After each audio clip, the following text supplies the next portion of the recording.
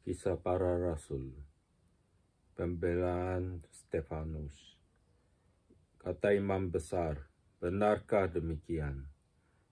Jawab Stefanus, hai saudara-saudara dan bapak-bapak, dengarkanlah. Allah yang Maha Mulia telah menampakkan dirinya kepada bapa leluhur kita, Abraham, ketika ia masih di Mesopotamia, sebelum ia menetap di Haran, dan berfirman kepadanya, keluarlah dari negerimu dan dari sanak saudaramu, dan pergilah ke negeri yang akan tunjukkan kepadamu. Maka keluarlah ia dari negeri orang Kasdim, lalu menetap di Haran. Dan setelah ayahnya meninggal, Allah menyuruh dia pindah dari situ ke tanah ini, tempat kamu diam sekarang. Dan di situ Allah tidak memberikan milik pusaka kepadanya, bahkan setapak tanah pun tidak. Tetapi ia berjanji akan memberikan tanah itu kepadanya menjadi kepunyaannya dan kepunyaan keturunannya, walaupun pada waktu itu ia tidak mempunyai anak. Beginilah firman Allah, yaitu bahwa keturunannya akan menjadi pendatang di negeri asing, dan bahwa mereka akan diperbudak dan dianiaya 400 tahun lamanya. Tetapi bangsa yang akan memperbudak mereka itu akan kuhukum, firman Allah, dan sesudah itu mereka akan keluar dari situ dan beribadah kepadaku di tempat ini. Lalu Allah memberikan kepadanya perjanjian sunat, dan demikianlah Abraham memperanakkan Ishak, lalu menyunatkannya pada hari yang ke-8. Dan Ishak memperanakkan Yakub, dan Yakub memperanakkan ke-12 bapa leluhur kita. Karena ini iri hati, bapa-bapa leluhur kita menjual Yosef ke tanah Mesir, tetapi Allah menyertai dia dan melepaskannya dari segala penindasan, serta menganugerahkan kepadanya kasih karunia dan hikmat. Ketika ia menghadap Firaun, Raja Mesir, Firaun mengangkatnya menjadi kuasa atas tanah Mesir dan atas seluruh istananya. Maka datanglah bahaya kelaparan menimpa seluruh tanah Mesir dan tanah Kanaan, serta penderitaan yang besar, sehingga nenek moyang kita tidak mendapat makanan. Tetapi ketika Yakub mendengar bahwa di tanah Mesir ada gandum, ia menyuruh nenek moyang kita ke sana. Itulah kunjungan mereka yang pertama.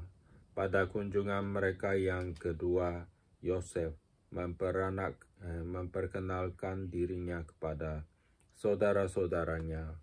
Lalu ketahuanlah asal-usul Yosef kepada Firaun. Kemudian Yosef menyuruh menjemput Yakub, ayahnya, dan semua sanak saudaranya, 75 jiwa banyaknya. Lalu pergilah Yakub ke tanah Mesir. Di situ ia meninggal, dan ia nenek moyang kita. Mayat mereka dipindahkan ke Shechem dan diletakkan di dalam kuburan yang telah dibeli Abraham dengan sejumlah uang perak dari anak-anak Hemor di Shechem. Tetapi makin dekat genapnya janji yang diberikan Allah kepada Abraham, makin bertambah banyaknya bangsa itu di Mesir, sampai bangkit seorang raja lain memerintah tanah Mesir, seorang yang tidak mengenal Yosef. Raja itu mempergunakan tipu daya terhadap bangsa kita dan menganiaya nenek moyang kita, serta menyuruh membuang bayi mereka, supaya bangsa kita itu jangan berkembang. Pada waktu itulah Musa lahir, dan ia elok di mata Allah. 3 bulan lamanya ia diasuh di rumah ayahnya. Lalu ia dibuang, tetapi putri Firaun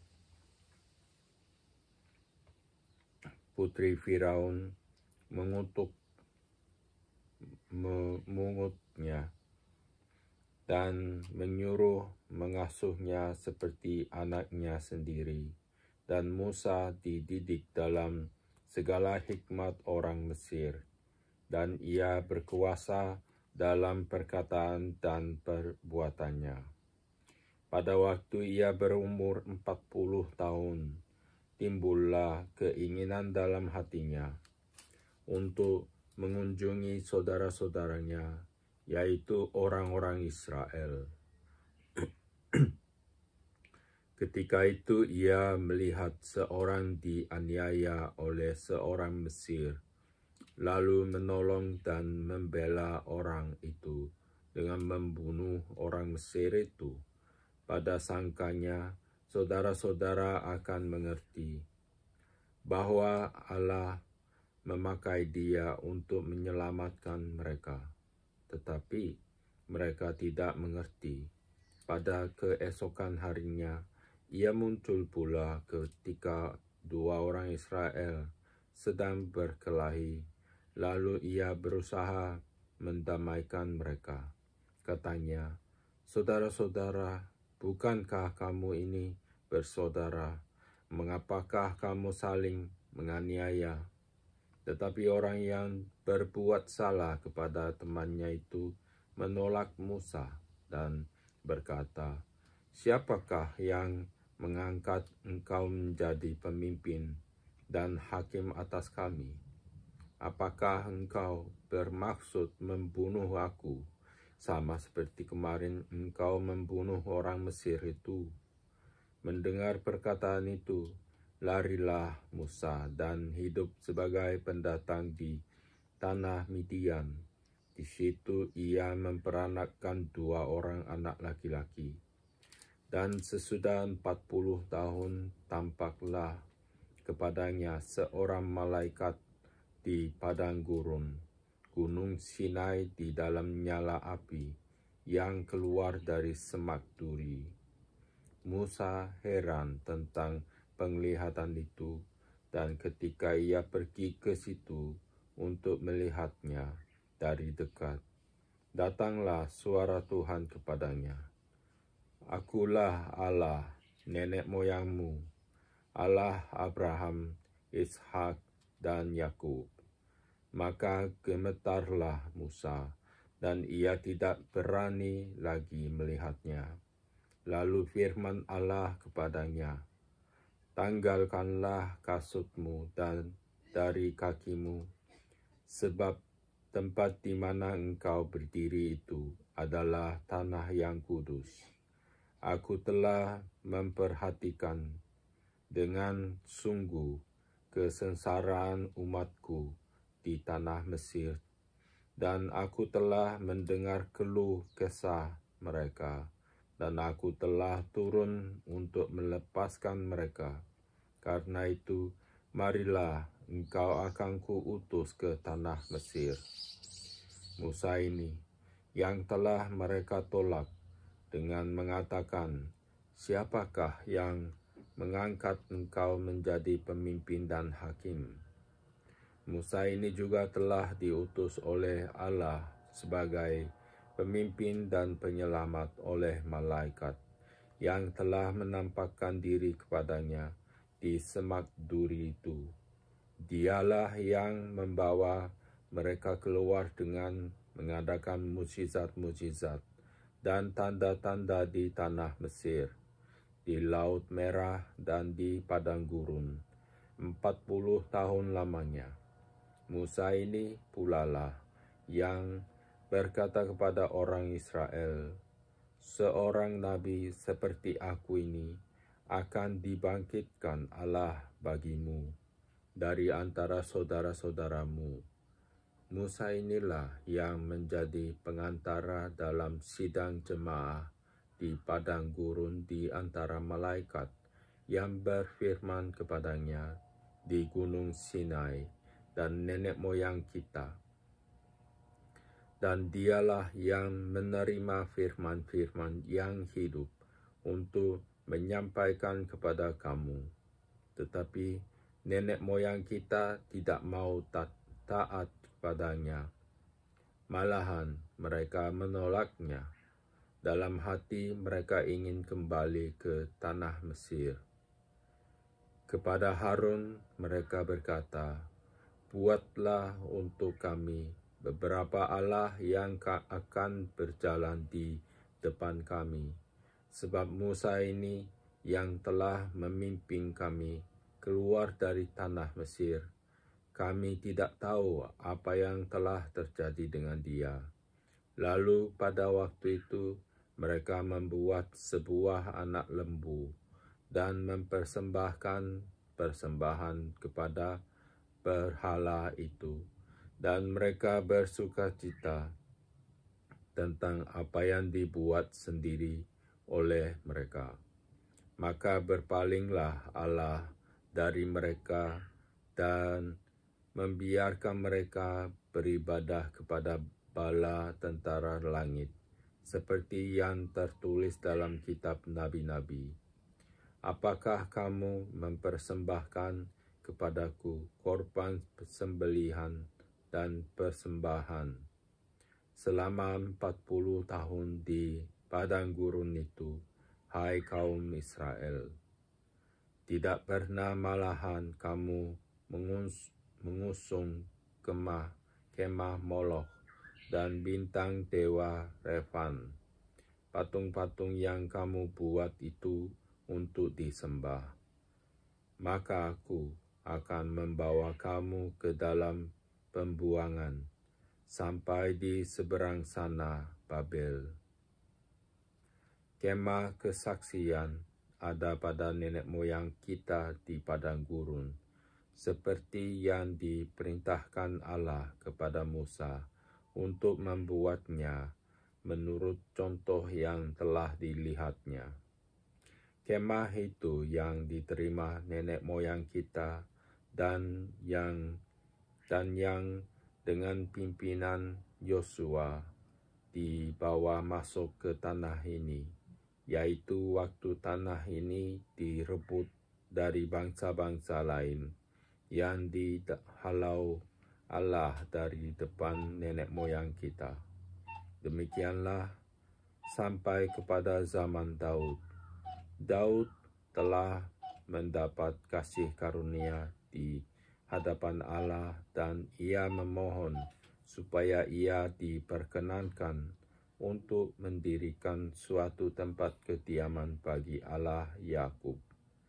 Tetapi Shlomo lah yang mendirikan sebuah rumah untuk Allah. Tetapi yang Maha Tinggi tidak diam di dalam apa yang dibuat oleh tangan manusia, seperti yang dikatakan oleh Nabi. Langit adalah tahtaku, dan bumi adalah tumpuan kakiku.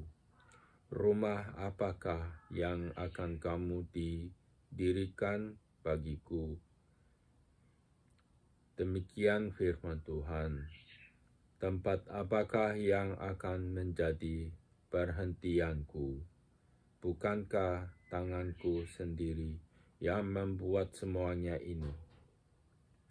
Hai orang-orang yang keras kepala dan yang tidak bersunat hati dan telinga, kamu selalu menentang Roh Kudus, sama seperti nenek moyangmu demikian juga kamu. Siapakah dari nabi-nabi yang tidak dianiaya oleh nenek moyangmu?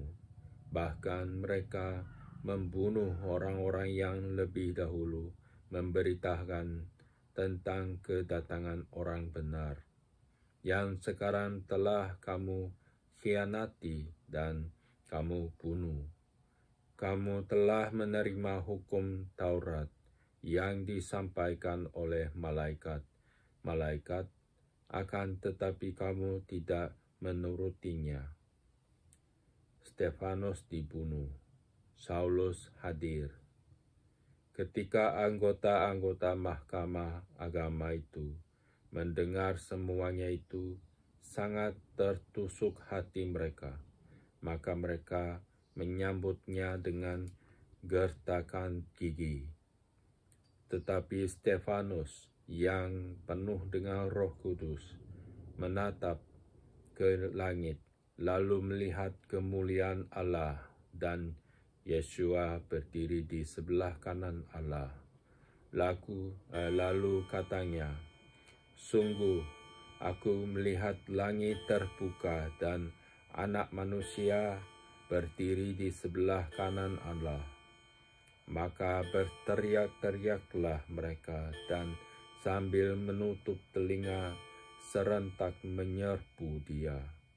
Mereka menyeret dia keluar kota, lalu melemparinya, dan saksi-saksi meletakkan jubah mereka di depan kaki seorang muda yang bernama Saul. Sedang mereka melemparinya, Stefanus berdoa, katanya, "Ya Tuhan Yesua, terimalah rohku." Sambil berlutut ia berseru dengan suara nyaring, "Tuhan, janganlah tanggungkan dosa ini kepada mereka." Dan dengan perkataan itu meninggallah ia. Pasal 8.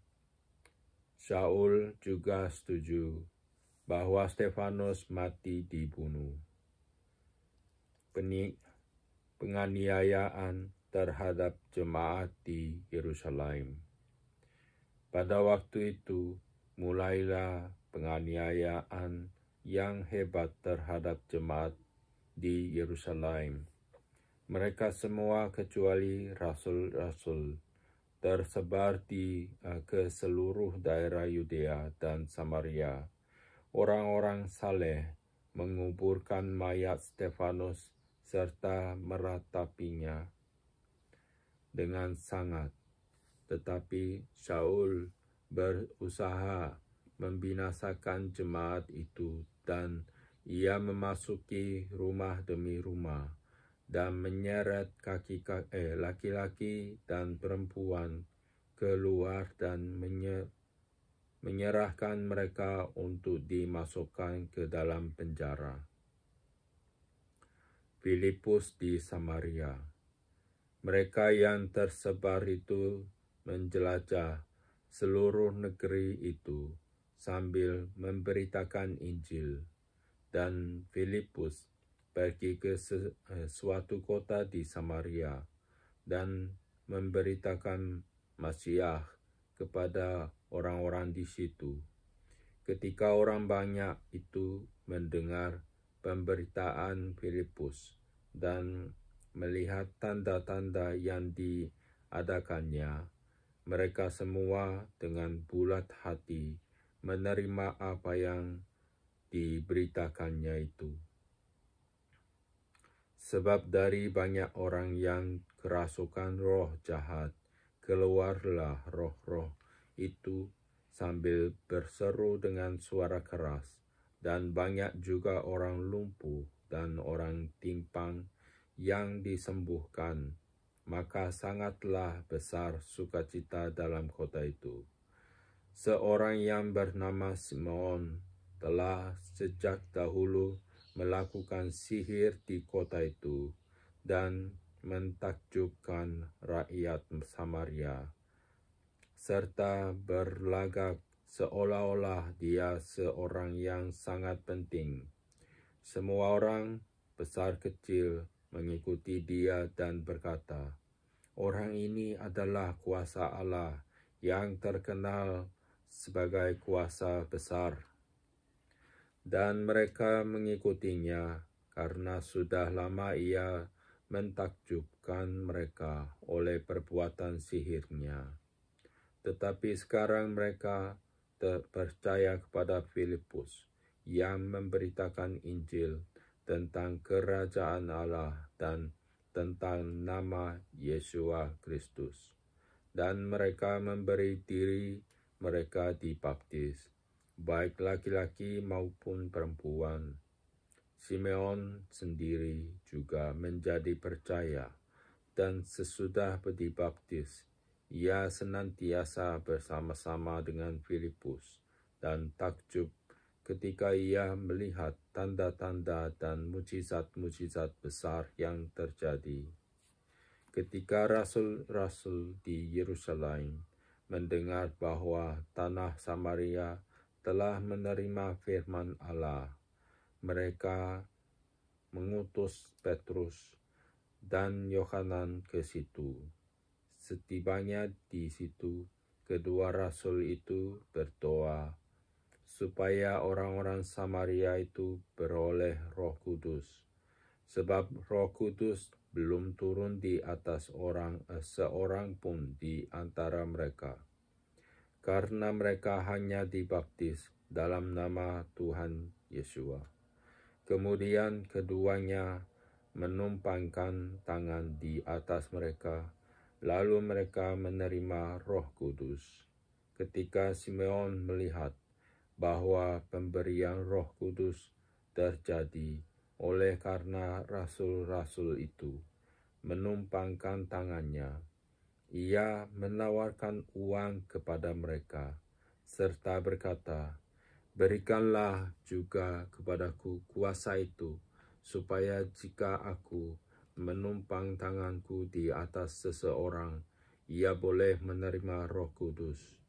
Tetapi Petrus berkata kepadanya, "Binasalah kiranya uangmu itu bersama dengan engkau, karena engkau menyangka bahwa engkau dapat membeli karunia Allah dengan uang. Tidak ada bagian atau hakmu dalam perkara ini, sebab hatimu tidak lurus di hadapan Allah. Jadi bertobatlah dari kejahatanmu ini dan berdoalah kepada Tuhan, supaya Ia mengampuni niat hatimu ini. Sebab kulihat bahwa hatimu telah seperti empedu yang pahit dan terjerat dalam kejahatan." Jawab Simeon, "Hendaklah kamu berdoa untuk aku kepada Tuhan, supaya kepadaku jangan kiranya terjadi segala apa yang telah kamu katakan itu." Setelah keduanya bersaksi dan memberitakan firman Tuhan, kembalilah mereka ke Yerusalem, dan dalam perjalanannya itu mereka memberitakan Injil dalam banyak kampung di Samaria. Sida-sida dari tanah Etiopia. Kemudian berkatalah seorang malaikat Tuhan kepada Filipus. Katanya, "Bangunlah dan berangkatlah ke sebelah selatan, menurut jalan yang turun dari Yerusalem ke Gaza. Jalan itu jalan yang sunyi." Lalu berangkatlah Filipus. Adalah seorang Etiopia, seorang sida-sida, pembesar dan kepala perbendaharaan Sri Kandake, Ratu Negeri Etiopia, yang pergi ke Yerusalem untuk beribadah. Sekarang orang itu sedang dalam perjalanan pulang dan duduk dalam keretanya sambil membaca kitab Nabi Yesaya. Lalu kata Roh kepada Filipus, "Pergilah ke situ dan dekatilah kereta itu." Filipus segera ke situ dan mendengar sida-sida itu sedang membaca kitab Nabi Yesaya. Kata Filipus, "Mengertikah Tuan apa yang Tuan baca itu?" Jawabnya, "Bagaimanakah aku dapat mengerti kalau tidak ada yang membimbing aku?" Lalu ia meminta Filipus naik dan duduk di sampingnya. Nas yang dibacanya itu berbunyi seperti berikut. "Seperti seekor domba ia dibawa ke pembantaian, dan seperti anak domba yang keluh di depan orang yang menggunting bulunya, demikianlah ia tidak membuka mulutnya. Dalam kehinaannya berlangsunglah hukumannya. Siapakah yang akan menceritakan asal-usulnya? Sebab nyawanya diambil dari bumi." Maka kata sida-sida itu kepada Filipus, "Aku bertanya kepadamu, tentang siapakah Nabi berkata demikian? Tentang dirinya sendiri atau tentang orang lain?" Maka mulailah Filipus berbicara dan bertolak dari nas itu. Ia memberitakan Injil Yesua kepadanya. Mereka melanjutkan perjalanan mereka dan tiba di suatu tempat yang ada air. Lalu kata sida-sida itu, "Lihat, di situ ada air. Apakah halangannya jika aku dibaptis?" Sahut Filipus, "Jika Tuan percaya dengan segenap hati, boleh." Jawabnya, "Aku percaya bahwa Yesua Kristus adalah Anak Allah." Lalu orang Etiopia itu menyuruh menghentikan kereta itu, dan keduanya turun ke dalam air, baik Filipus maupun sida-sida itu, dan Filipus membaptis dia. Dan setelah mereka keluar dari air, Roh Tuhan tiba-tiba melarikan Filipus, dan sida-sida itu tidak melihatnya lagi. Ia meneruskan perjalanannya dengan sukacita. Tetapi ternyata Filipus ada di Asdod. Ia berjalan melalui daerah itu dan memberitakan Injil di semua kota sampai ia tiba di Kaisarea. Pasal 9. Saul bertobat. Sementara itu berkobar-kobar hati Saul untuk mengancam dan membunuh murid-murid Tuhan. Ia menghadap imam besar dan meminta surat kuasa daripadanya untuk dibawa kepada majelis-majelis Yahudi di Damsyik, supaya jika ia menemukan laki-laki atau perempuan yang mengikuti jalan Tuhan, ia menangkap mereka dan membawa mereka ke Yerusalem. Dalam perjalanannya ke Damsyik, ketika ia sudah dekat kota itu, tiba-tiba cahaya memancar dari langit mengelilingi dia. Ia rebah ke tanah, dan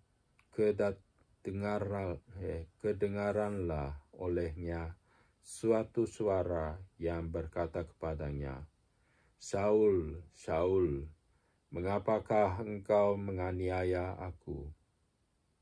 Jawab Saul, "Siapakah engkau, Tuhan?" Katanya, "Akulah Yesua yang kau aniaya itu. Tetapi bangunlah dan pergilah ke dalam kota.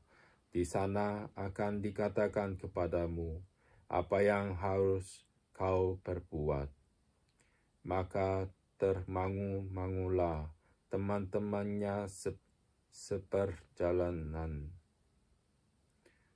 karena mereka memang mendengar suara itu, tetapi tidak melihat seorang juga pun. Saul bangun dan berdiri, lalu membuka matanya, tetapi ia tidak dapat melihat apa-apa. Mereka harus menuntun dia masuk ke Damsyik. 3 hari lamanya ia tidak dapat melihat, dan 3 hari lamanya ia tidak makan dan minum. Di Damsyik ada seorang murid Tuhan bernama Ananias. Firman Tuhan kepadanya dalam suatu penglihatan. Ananias, jawabnya, "Ini aku, Tuhan." Firman Tuhan, "Mari pergilah ke jalan yang bernama Jalan Lurus, dan carilah di rumah Yehuda seorang dari Tarsus yang bernama Saul.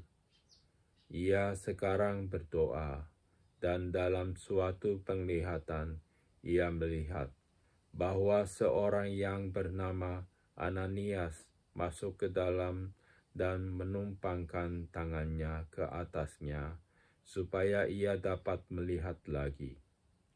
Jawab Ananias, "Tuhan, dari banyak orang telah kudengar tentang orang itu, betapa banyaknya kejahatan yang dilakukannya terhadap orang-orang kudus-Mu di Yerusalem. Dan ia datang kemari dengan kuasa penuh dari imam-imam kepala untuk menangkap semua orang yang memanggil nama-Mu." Tetapi firman Tuhan kepadanya, "Pergilah, sebab orang ini adalah alat pilihan bagiku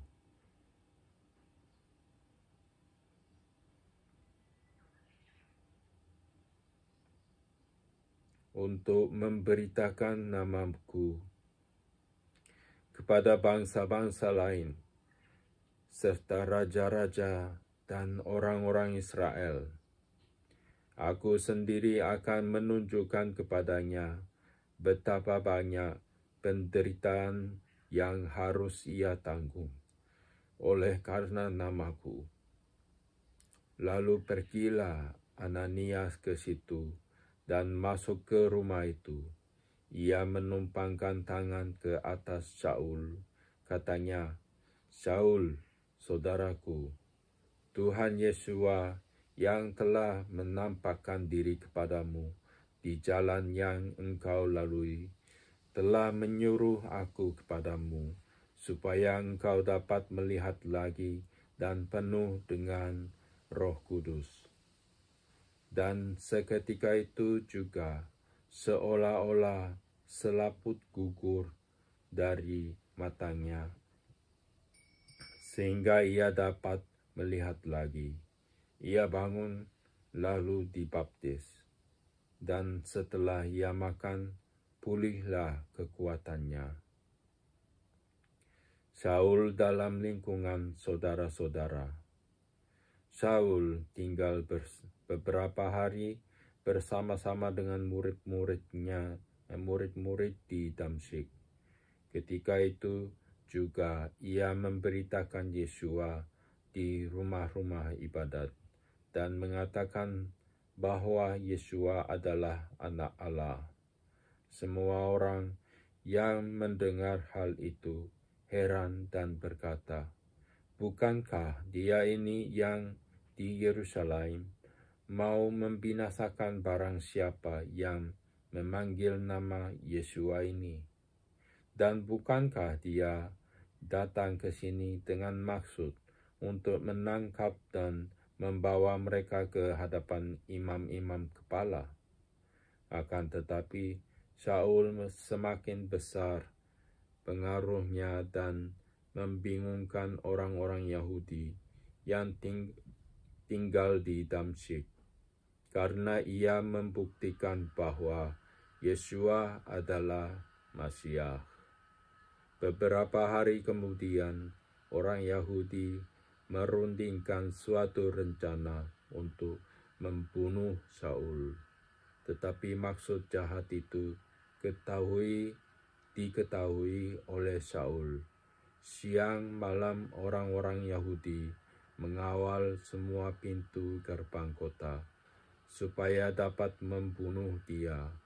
Sungguh pun demikian, pada suatu malam murid-muridnya mengambilnya dan menurunkannya dari atas tembok kota dalam sebuah keranjang.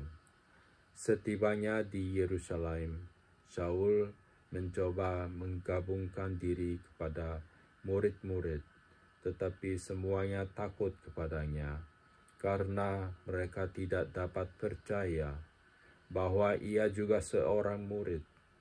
Tetapi Barnabas menerima dia dan membawanya kepada rasul-rasul dan menceritakan kepada mereka bagaimana Saul melihat Tuhan di tengah jalan dan bahwa Tuhan berbicara dengan dia, dan bagaimana keberaniannya mengajar di Damsyik dalam nama Yeshua.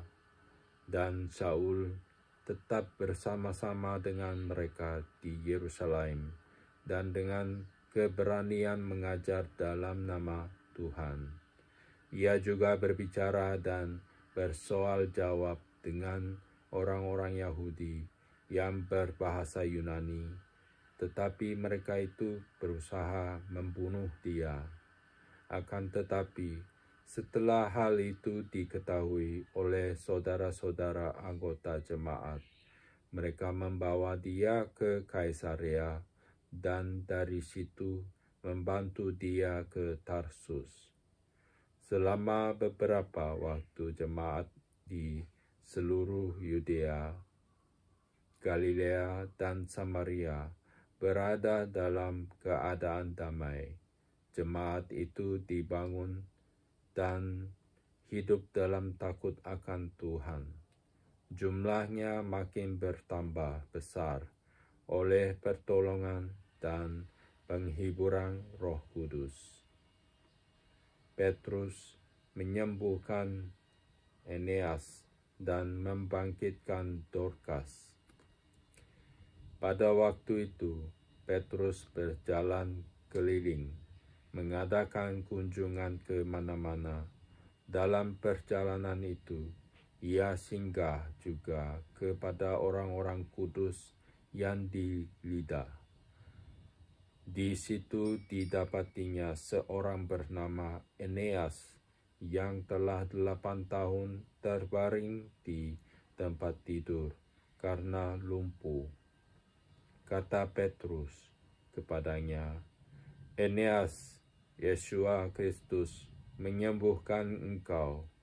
Bangunlah dan bereskanlah tempat tidurmu." Seketika itu juga bangunlah orang itu. Semua penduduk Lida dan Sharon melihat dia, lalu mereka berbalik kepada Tuhan.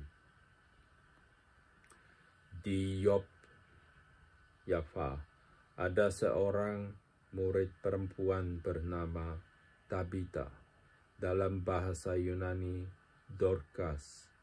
Perempuan itu banyak sekali berbuat baik dan memberi sedekah, tetapi pada waktu itu ia sakit lalu meninggal, dan setelah dimandikan, mayatnya dibaringkan di ruang atas.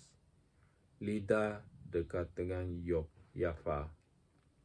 Ketika murid-murid mendengar bahwa Petrus ada di Lida, mereka menyuruh 2 orang kepadanya dengan permintaan, "Segeralah datang ke tempat kami." Maka berkemaslah Petrus dan berangkat bersama-sama dengan mereka. Setelah sampai di sana, Ia dibawa ke ruang atas, dan semua janda datang berdiri dekatnya, dan sambil menangis, mereka menunjukkan kepadanya semua baju dan pakaian yang dibuat Dorcas waktu ia masih hidup. Tetapi Petrus menyuruh mereka semua keluar. Lalu ia berlutut dan berdoa. Kemudian ia berpaling ke mayat itu dan berkata, "Tabita, bangkitlah." Lalu Tabita membuka matanya, dan ketika melihat Petrus, ia bangun lalu duduk. Petrus memegang tangannya dan membantu dia berdiri. Kemudian ia memanggil orang-orang kudus beserta janda-janda, lalu menunjukkan kepada mereka bahwa perempuan itu hidup. Peristiwa itu tersiar di seluruh Yafa, dan banyak orang menjadi percaya kepada Tuhan. Kemudian daripada itu, Petrus tinggal beberapa hari di Yafa, di rumah seorang yang bernama Simeon, seorang penyamak kulit.